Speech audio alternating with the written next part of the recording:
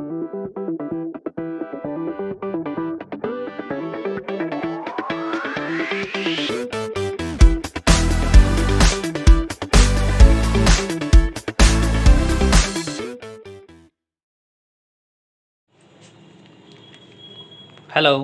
मैं दीपक डबकरा आप सभी का आचार्य के ऑफिशियल यूट्यूब चैनल पर बहुत बहुत स्वागत करता हूं। जैसा कि आपको बताया गया है, इस चैनल पर आपको 9, 10th, 11th और 12th के स्पेशली एमपी बोर्ड से रिलेटेड जो भी कोर्स चलते हैं, फिज़िक्स, केमिस्ट्री, बायो, मैथ, ठीक है, और भी सब्जेक्ट सबकी क्लासेस आपको फ्री प्रोवाइड करवाई जाएगी। तो उसी की श्रेणी में आज हम अपना एक नया सब्जेक्ट फिज़िक्स स्टार्ट कर रहे हैं 11th क्लास के लिए, ठीक है। अभी 11th क्लास के लिए है, नेक्स्ट 12th के लिए भी बहुत जल्द स्टार्ट हो जाएगा। तो फिज़िक्स की क्लास में सबसे पहला चैप्टर जो होता है वो है फिज़िकल वर्ल्ड, यानी फिज़िकल वर्ल्ड यानी कि भौतिक संसार। अब फिज़िकल वर्ल्ड की बात करते हैं, फिज़िकल वर्ल्ड होता क्या है, एंड सबसे पहले फिज़िकल वर्ल्ड में बात करते हैं साइंस क्या होता है। तो देखिए, आपने बहुत सारी चीज़ें को देखा होगा, ठीक है, देखा होगा यानी कि आप देखते हैं रोज़ सूरज आता है, सूरज जाता है, दिन होती है, रात होती है। किसी नदी को बहते देखा होगा, वो कंटिन्यूसली एक ही दिशा में बहती है, ठीक है। कभी आपने देखा है किसी नदी को, अगर वो इधर से इधर बह रही है तो हमेशा वो इधर से इधर ही जाएगी, कभी भी इधर से इधर नहीं होगी, ठीक है। नेचुरल फिनोमिनो जो भी होते हैं, तारों का चमकना, रात के समय तारों का आना, ठीक है, और सूरज का या पृथ्वी का चक्कर लगाना, या और भी नेचुरल फिनोमिनोज जो होते हैं, प्राकृतिक घटनाएं जो होती है, भूकंप का आना, या आप बोल सकते हैं ज्वालामुखी का होना, या और भी कई घटनाएं जो प्रकृति में कंटिन्यूसली होती रहती है, मौसम का बदलना, ठीक है, वर्षा का होना, ठीक है, और गर्मी का आना, अलग अलग सीज़न का आना। तो ये सब क्यों होते हैं, क्योंकि ये सब प्रकृति में होने वाली कुछ घटनाएं हैं जो किसी न किसी फिनोमिनो के द्वारा किसी न किसी तरह से होती है। तो इनकी क्या होगी, कुछ ना कुछ स्टडी होगी, ठीक है। तो साइंस क्या होता है, साइंस एक ऑर्गेनाइज्ड नॉलेज होता है, organised knowledge. Science is a organised knowledge. आपको एक सिस्टमेटिक वे में नॉलेज को गेन करना ही साइंस है, और अगर वो नॉलेज सिस्टमेटिक नहीं है तो वह आपके लिए एक भ्रांति हो जाता है कि ये हो रहा है, बट क्यों हो रहा है हमें पता नहीं, ठीक है। साइंस मीन्स, साइंस के अंदर आप किसी भी चीज़ की एक ऑर्गेनाइज तरीके से स्टडी करते हैं कि हाँ, आपने सबसे पहले देखा कि ऑब्ज़र्व किया किसी चीज़ को कि हाँ ये घटना हो रही है। आपने देखा कि हर 24 घंटे के बाद या हर 12 घंटे में आपको एक दिन और एक रात देखने को मिलता है, मतलब रोज़ आप देखते हैं कि वही की वही घटना रिपीट हो रही है, कंटिन्यूसली दिन और रात हो रहे हैं। तो कहीं ना कहीं कुछ ना कुछ फिनोमिना हो रहा है। आपने एक नदी को देखा, वो कंटिन्यूसली पूर्व से पश्चिम की तरफ बह रही है और वो हमेशा वहीं बहती है, कभी नहीं बदलती, ठीक है। आपने देखा तारे शाम को रात में आते हैं डेली और सुबह चले जाते हैं, तो ये भी एक प्रकार की कोई घटना हो गई, ठीक है। ज्वालामुखी का आना, भूकंप का होना, तो ये सब घटना है क्या है, एक ऑर्गेनाइज वे में इनकी स्टडी करना ही साइंस कहलाता है। और अगर वो वे ऑर्गेनाइज नहीं होता है, अब ऑर्गेनाइज्ड वे का मीनिंग क्या है, ऑर्गेनाइज्ड वे का मतलब है चीज़ों को समझना कि सबसे पहले आप उन चीज़ों को देखो, ऑब्जर्वेशन करना, ऑब्जर्व करना। आपने देखा, आप कंटिन्यूसली देख रहे हैं कि हाँ ऐसा हो रहा है, तो क्या करना, ऑब्जर्व करना। ऑब्जर्वेशन करने के बाद आपने क्या किया, उनका डेटा कलेक्ट किया कि ऐसा क्यों हो रहा है। जब आपने ऑब्जर्व कर लिया तो ऑब्जर्व करने के बाद उसको प्रैक्टिकली करके देखा कि क्या ऐसा पॉसिबल है, तो वह किया।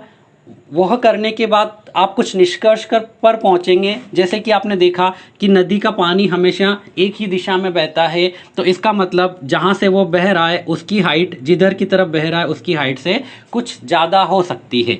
यह मान लो h2 है और यह h1 है, तो इसकी वैल्यू अगर 20 मीटर होगी तो इसकी वैल्यू 15 मीटर या ऐसा कुछ होगी, यानी कि इससे थोड़ी सी कम होगी, तभी यह पानी इधर से इधर बह पाएगा। यानी कि आप ऐसा बोल सकते हैं कि अगर नदी के पानी को एक दिशा से दूसरी दिशा में बहना है, तो जिस दिशा से वह बह रही है उधर की ऊंचाई कुछ ज़्यादा होगी, हाइट कुछ ज़्यादा होगी, तभी वह नीचे की तरफ बह पाएगी। तो यह घटना को आपने प्रैक्टिकली ऑब्जर्व करके प्रैक्टिकली करने की कोशिश करी, तो जब आपने सीधा पाइप रखा तो पानी नहीं फ्लो हुआ। जब आपने इस पाइप की हाइट को ज़्यादा कर दी तो ये पानी हमेशा इधर से इधर ही फ्लो होगा। यानी कि आप कह सकते हैं कि यह नदी अगर इधर से इधर फ्लो हो रही है तो डेफिनेटली जो फर्स्ट पार्ट है इसकी ऊंचाई दूसरे पार्ट से या दूसरी तरफ से कुछ कम होगी। तो यहाँ से आपने एक नियम बना लिया क्या कि नदी को पानी को बहने के लिए एक तरफ की ऊंचाई कुछ ज़्यादा होनी चाहिए कंपैरिजन टू दूसरे तरफ से, तभी वो पानी एक तरफ से दूसरी तरफ बह पाएगा।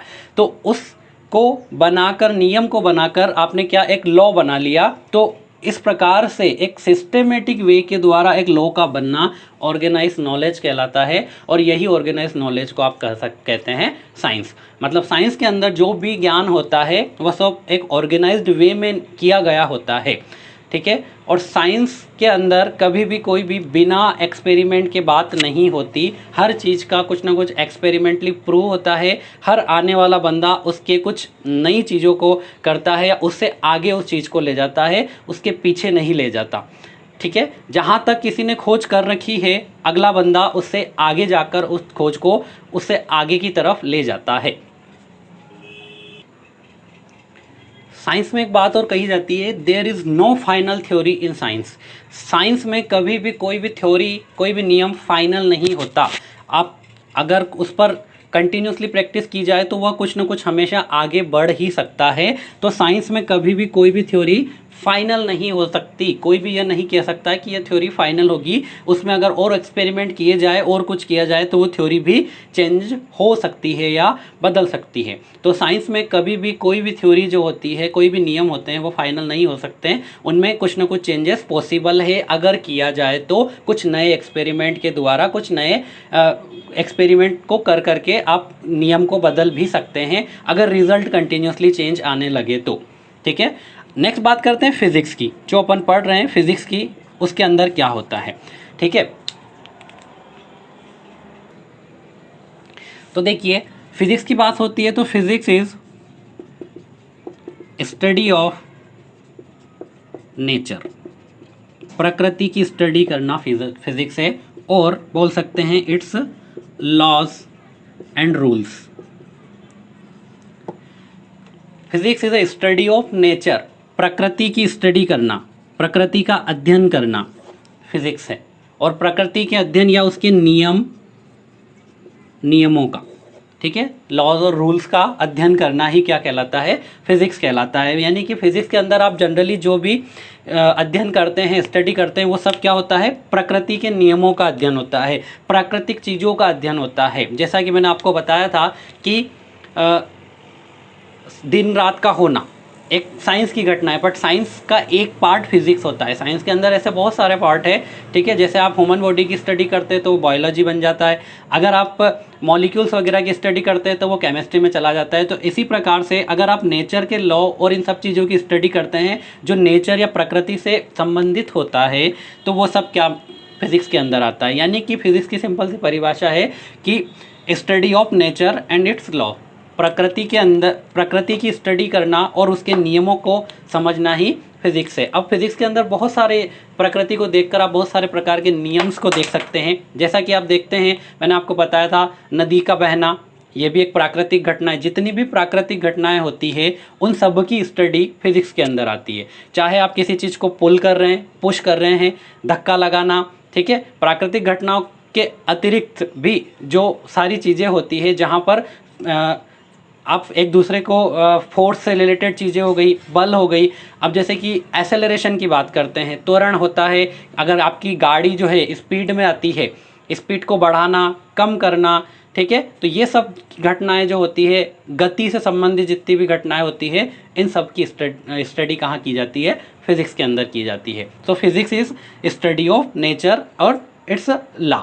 इसके नियमों का और प्रकृति का अध्ययन करना ही फिजिक्स कहलाता है। नेक्स्ट बात करते हैं वैज्ञानिक विधि क्या होती है, साइंटिफिक मेथड जो होती है वह क्या होती है फिजिक्स के अंदर, ठीक है। तो देखिए वैज्ञानिक लोग जब भी रिसर्च करते हैं तो उनकी रिसर्च के लिए एक विधि होती है। वह विधि क्या होती है, सुव्यवस्थित, क्रमबद्ध एवं तर्क संगत, ठीक है। यानी कि सिस्टमेटिक, स्टेप वाइज, और जिससे कुछ लॉजिक निकले, यानी कि लॉजिकल अप्रोच बेस्ड प्रोसेस, ठीक है। यानी कि वह विधि जो वैज्ञानिकों के अनुसंधान कार्यों में उपयोग की जाती है, सुव्यवस्थित, क्रमबद्ध और तर्क संगत विधि को ही वैज्ञानिक विधि कहा जाता है। ठीक है, the method which is used for the research work for scientist which is systematic, step wise and logical approach based method is called scientific method. ठीक है, यानी कि ऐसी विधि जो व्यवस्थित हो, क्रमबद्ध हो और तर्क संगत हो, उसी विधि को कहा जाता है साइंटिफिक मेथड। यानी कि साइंटिस्ट लोग किसी भी चीज़ को एक फाइनल निष्कर्ष तक पहुंचने के लिए एक अप्रोच का यूज़ करते हैं। ऐसा नहीं कि किसी भी चीज़ को उठा लिया और बोल दिया कि हाँ ये ऐसा होता है, ऐसा नहीं होता। ठीक है, सबसे पहले उसके लिए कुछ स्टेप्स होती है, उन स्टेप्स को फॉलो करते करते बहुत एक्सपेरिमेंट के द्वारा, बहुत सारे ऑब्जर्वेशंस के द्वारा उन चीज़ों को एक लॉ बनाया जाता है, एक नियम बनाया जाता है और उस नियम बनाने के बाद उसको फाइनली एक रूल के रूप में यूज़ किया जाता है कि हाँ ये नियम हर जगह अप्लीकेबल हो रहा है। कई बार एक्सपेरिमेंट करके उस नियम को सेटिस्फाई किया जाता है। अगर वो हर जगह सेटिस्फाई हो जाता है तो देन वह एक नियम बन जाता है। तो विज्ञान में नियम ऐसे नॉर्मल तरीके से नहीं बनते कि एक बार देख लिया हो गया बता दिया, वैसा नहीं होता है। उसके लिए एक सिस्टमेटिक तरीका होता है जिसे वैज्ञानिक विधि या साइंटिफिक मेथड कहते हैं। तो इसके कुछ स्टेप्स होते हैं, steps of scientific method. Scientific method के कुछ स्टेप्स हैं। ठीक है, कुछ स्टेप्स हैं जिनको फॉलो कर करके one by one upon scientific method को, या साइंटिस्ट लोग जो होते हैं वो साइंटिफिक मेथड को कंप्लीट करते हैं। तो इसके अंदर सबसे पहला पार्ट जो होता है वो है क्रमबद्ध प्रेक्षण परीक्षण, यानी कि सिस्टमैटिक ऑब्जर्वेशन, या आप नॉर्मली बोल सकते हैं कि ऑब्जर्व करना, किसी भी चीज़ का ऑब्जर्वेशन करना। कोई भी नियम है वो एक बार में नहीं बनता, याद रखिएगा। उसके लिए बहुत सारे बार आपको कंटिन्यूसली ऑब्जर्व करना पड़ता है। ऑब्जर्व कर करके उस डेटा को कलेक्ट करना है आपको कंटिन्यूसली। आप किसी भी चीज़ को ऑब्जर्व करेंगे तो एक दिन ऑब्जर्व किया, दूसरे दिन ऑब्जर्व किया, तीसरे दिन ऑब्जर्व किया। जैसे कि एक एग्जाम्पल लेते हैं कि दिन और रात का होना। अब दिन और रात के बारे में एक थ्योरी है कि सन पृथ्वी के चारों तरफ चक्कर लगा रहा है या पृथ्वी सन के चारों तरफ चक्कर लगा रही है। तो ये भी एक कन्फ्यूज़न हो सकता है, क्योंकि अगर आप बोलेंगे कि ये सन है, ठीक है, तो पृथ्वी इसके चारों तरफ चक्कर लगा रही है और अपने अक्ष पर घूम रही है, ठीक है, तो भी दिन रात हो सकता है। और अगर पृथ्वी स्थिर हो, पृथ्वी अगर स्थिर हो और अगर सन चक्कर लगा रहा हो तो देखिए एक बार इधर आएगा, एक बार इधर आएगा, तो भी दिन रात हो सकता है। तो एक्चुअल में क्या होता है, यही स्टडी करना फिजिक्स से, और एक साइंटिफिक मेथड से स्टडी करना फिजिक्स के अंदर होता है, जिसे आप क्या कहते हैं, साइंटिफिक मेथड, जिसके द्वारा एक नियम का बनना होता है, एक रूल बनता है, नियम बनता है। तो उसमें सबसे पहली चीज़ होती है सिस्टमेटिक ऑब्जर्वेशन या क्रमबद्ध परीक्षण, जिसके अंदर आप एक पर्टिकुलर नियम को बनाने के लिए कई बार उसका ऑब्जर्वेशन करते हैं और वहाँ से डेटा को कलेक्ट करते हैं। ठीक है, डाटा को कलेक्ट करना क्रमबद्ध परीक्षण के द्वारा। तो क्रमबद्ध परीक्षण में क्या है कि किसी भी समस्या का समाधान करने के लिए जो साइंटिस्ट होते हैं, जो प्राकृतिक समस्या होती है या किसी भी नई चीज़ को नियम बनाने के लिए उस समस्या से संबंधित जो भी आंकड़े होते हैं उन्हें कलेक्ट करना, सारे आंकड़ों को कलेक्ट करना एक कंटिन्यूसली ऑब्जर्वेशन के द्वारा और कुछ परीक्षणों के द्वारा आंकड़े को एकत्रित किया जाता है, यही कहलाता है क्रमबद्ध परीक्षण। वैज्ञानिक विधि की जो दूसरा चरण होता है, सेकंड स्टेप होती है, वो होता है एक परिकल्पना का निर्माण करना। जब साइंटिस्ट कंटिन्यूसली एक्सपेरिमेंट करके डेटा कलेक्ट कर रहे हैं तो हर बार के एक्सपेरिमेंट में एक डेटा निकल के आ रहा है। अगर वो डेटा कंटिन्यूसली समान तरीके से निकल कर आने लगता है कुछ स्टेप्स के बाद, यानी कि एक बार किया, दो बार किया, चार बार किया, कुछ चरणों के बाद, ठीक है, कुछ बार करने के बाद अगर डेटा एक जैसा निकल कर आने लगता है तो वो वहाँ से एक नियम बनाते हैं, जो कि वास्तविकता में सच नहीं होता, बट एक परिकल्पना का निर्माण आप बोल सकते हैं, कल्पना करते हैं कि हाँ ऐसा हो सकता है। जब आपकी प्रोसेस एक बार, दो बार, चार बार आपने कर ली तो आप कह सकते हैं एक परिकल्पना करते हैं कि हाँ ऐसा हो सकता है, दैट इज़ कॉल्ड हाइपोथेसिस। परिकल्पना का निर्माण करते हैं, वो एक्चुअल में सही नहीं होता, वो आगे जाके फेल भी हो सकता है, बट बाय एक्सपेरिमेंट और बाय डाटा, जो डेटा आपने कलेक्ट किया था होता है या प्रेक्षण जितने भी बार किया हुआ होगा एक्सपेरिमेंट, उसके द्वारा एक परिकल्पना का निर्माण करेंगे, एक नियम बनाते हैं कि हाँ ऐसा हो सकता है। हालांकि वो अभी सही नहीं है, अभी तक कंप्लीट बना नहीं है, बट उस परिकल्पना का निर्माण करना जो होता है इस वो वैज्ञानिक विधि का सेकंड चरण होता है, जहाँ पर आप लिए गए प्रेक्षणों या फिर आप बोल सकते हैं कि जो डेटा आपने कंटिन्यूसली एक्सपेरिमेंट्स के द्वारा कलेक्ट किया है उससे एक हाइपोथेसिस का फॉर्मेशन करना, परिकल्पना का निर्माण किया जाता है। वैज्ञानिक विधि का तीसरा चरण होता है एक परिकल्पना का परीक्षण करना। दूसरे चरण में आपने परिकल्पना का निर्माण किया है, जो तीसरी स्टेप होती है, तीसरा चरण होता है, उसमें उस परिकल्पना का परीक्षण किया जाता है। यानी कि आपने जो परिकल्पना बनाई उसको वापस से चेक किया जाता है कि क्या वह सही है, और उसी पर बेस्ड कुछ भविष्यवाणी की जाती है, या आप बोल सकते हैं कि एक भविष्यवाणी करके ये बताया जाता है कि हाँ ऐसा हो सकता है। भविष्यवाणी जिसे कहते हैं, तो परिकल्पना का परीक्षण करके एक भविष्यवाणी की जाती है जो कि आगे जाकर एक नियम बन सकता है। ठीक है, तो परिकल्पना का परीक्षण करना, टेस्टिंग करना, इसका जो है वो साइंटिफिक मेथड का तीसरा स्टेप होता है। इसके अंदर जो परिकल्पना आपने करी थी उसके आधार पर कुछ भविष्यवाणी की जाती है कि हाँ ऐसा हो जाता है, प्रिडिक्शन जिसे कहते हैं, प्रिडिक्शन लगाया जाता है कि हाँ ऐसा हो सकता है, और कुछ निष्कर्ष निकाला जाता है। ठीक है, परिकल्पना का परीक्षण कर कर आपने निर्माण कर लिया था, अब उसका परीक्षण करके कुछ निष्कर्ष निकाला, देन एक प्रेडिक्शन लगाया, भविष्यवाणी करी कि हाँ ऐसा होगा, देन फिर उसको सत्यापित करने के लिए वापस से उसकी टेस्टिंग की जाती है, आपका जो परिकल्पना थी उसकी। इसका चौथा चरण होता है, वैज्ञानिक विधि का चौथा चरण होता है नियम का बनाना। देखिए, आपने परिकल्पना का निर्माण किया कि आपने कुछ प्रिडिक्शन लगाया, परिकल्पना करी, हाइपोथेसिस कि हाँ ऐसा हो सकता है। थर्ड स्टेप में आपका उसका वापस से टेस्टिंग करी, वहाँ से कुछ निष्कर्ष निकाला। अब अगर निष्कर्ष और आपकी जो परिकल्पना थी, आपने सेकंड में परिकल्पना करी थी, थर्ड में उसको टेस्टिंग करके एक कंक्लूजन निकाला, अगर वो दोनों मैच हो जाती है, या आपकी टेस्टिंग करने के बाद जो निष्कर्ष आता है और आपने जो परिकल्पना करी थी, देन वह एक नियम बन जाता है कि हाँ ये अब ट्रू हो चुका है। अगर वो हो जो निष्कर्ष निकाला था वो एज इट इज़ आपके परिकल्पना पर सेट नहीं होता है, तो आपका नियम जो है वो नहीं बन पाता है, तो आपको फिर से पूरी प्रोसेस करनी पड़ती है।